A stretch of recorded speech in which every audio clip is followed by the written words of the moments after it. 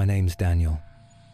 3 months ago, I bought a cheap old house just outside Milford. It looked peaceful by day, but felt wrong at night. From the start, the attic unnerved me, not just the dust or smell of rot, but the sound. Every night, exactly at 2:47 a.m., a slow creak echoed above my bed. I tried to ignore it, told myself it was pipes or wood shifting, but deep down, I knew something was up there. On the 8th night, I decided to check it out. The attic door was in the hallway ceiling, one of those old wooden hatches you pull down with a string. I'd never actually gone up there since moving in. I had no reason to. But that night, curiosity got the better of me, or maybe it was something else. I grabbed a flashlight, pulled the string, and the wooden ladder unfolded with a groan that echoed down the hallway. The air that came down smelled like old fabric, rust, and something faintly sweet, like candy gone bad. I climbed up, every step creaking under my weight. When my head poked through the opening, the light from my flashlight caught the dust floating in the air. The attic was mostly empty, just boxes, old furniture draped in sheets, and in the far corner, a chair. Not just any chair. It was a small red and white striped chair, the kind you'd see at a circus, and sitting on it was a clown doll. It was about 3 feet tall, dressed in faded red overalls and a white ruffled collar. The face paint was cracked and peeling, the smile a crooked black line that stretched too wide. Its glass eyes caught the flashlight beam and reflected it back at me. I stood there for a long minute, my pulse thudding in my ears. I wasn't scared, not yet, but I was unnerved. I hated clowns, always had. Must have belonged to the old owner, I muttered, though the sound of my own voice up there made me feel like I'd said something I shouldn't have. I walked over and crouched in front of the doll. Its smile seemed off, almost like it was mocking me. There was a faint, sticky residue on the floor near it, like something had been spilled. I didn't want to touch it. When I turned to leave, something cold brushed my ankle. I froze, looked down, but nothing was there, just a patch of shadow. I hurried down the ladder and shut the hatch. That night, I couldn't sleep. At 2:47 a.m., the creaking came again, louder this time, like someone pacing slowly across the attic floor. I stared at the ceiling, heart hammering, as the steps moved directly over me. 1, 2, 3, then silence. The next morning, I called the realtor and asked about the house's history. She hesitated before answering, said the previous owner, an old man named Richard Clay, had lived there alone after his wife and son died. He collected clown memorabilia, she added awkwardly. The attic was sort of his storage. I asked how he died. She said he fell down the stairs late one night. Broke his neck instantly. That night I dreamed of the clown doll.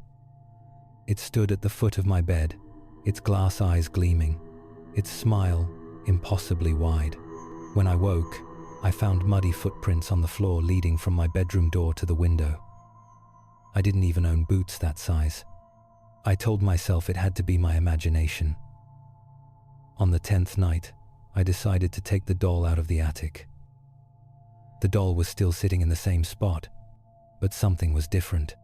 Its head was tilted to the side. I was sure it hadn't been like that before.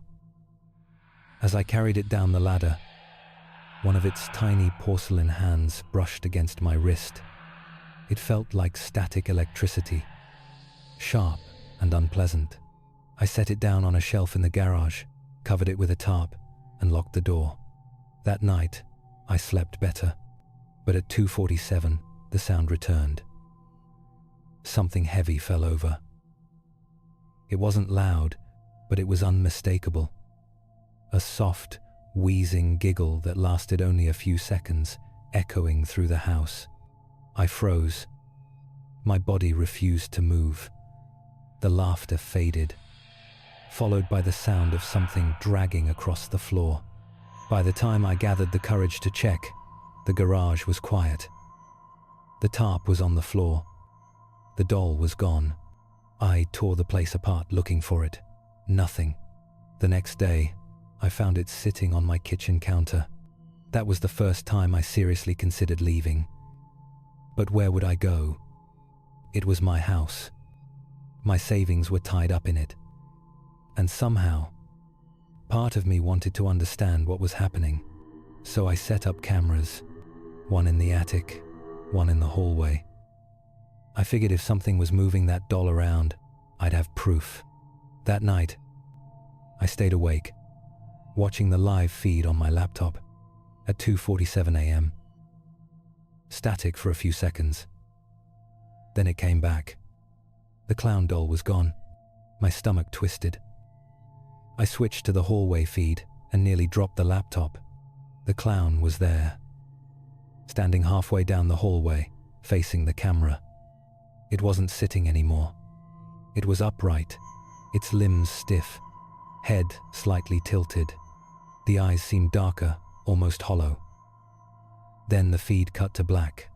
I bolted out of bed, grabbed the baseball bat I kept by the nightstand, and opened my bedroom door. The hallway was empty, but the smell was there, that same sweet, rotting candy scent. I turned toward the living room. The clown was sitting on the couch. Its head slowly turned toward me. I ran. Out the front door, into the freezing night air, barefoot and shaking. I didn't go back until sunrise. When I returned, the clown was gone again. The cameras were smashed.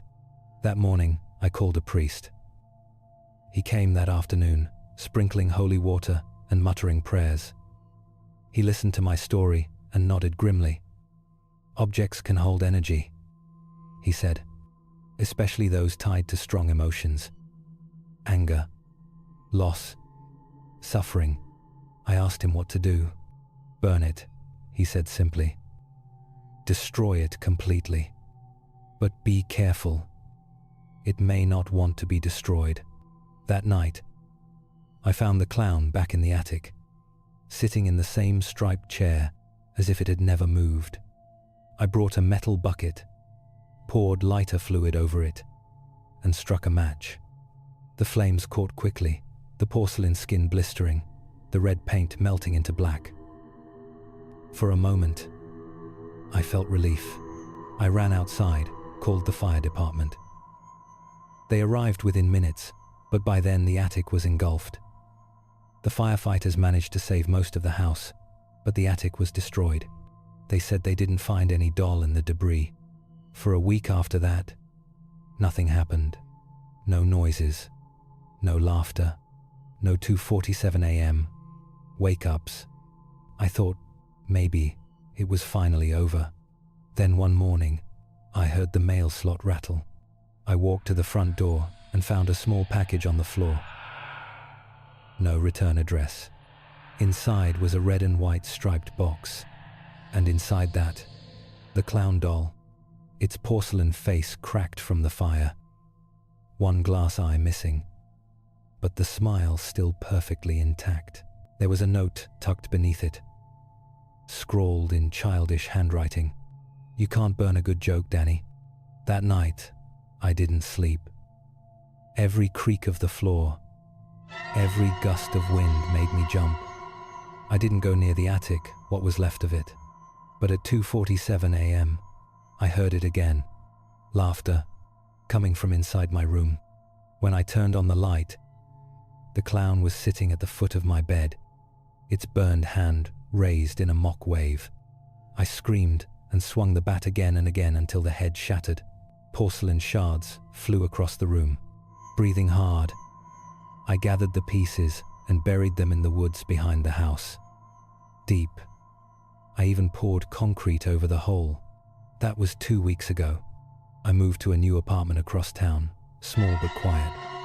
I told myself I'd never think about that house again. But last night, I woke up at exactly 2:47 a.m.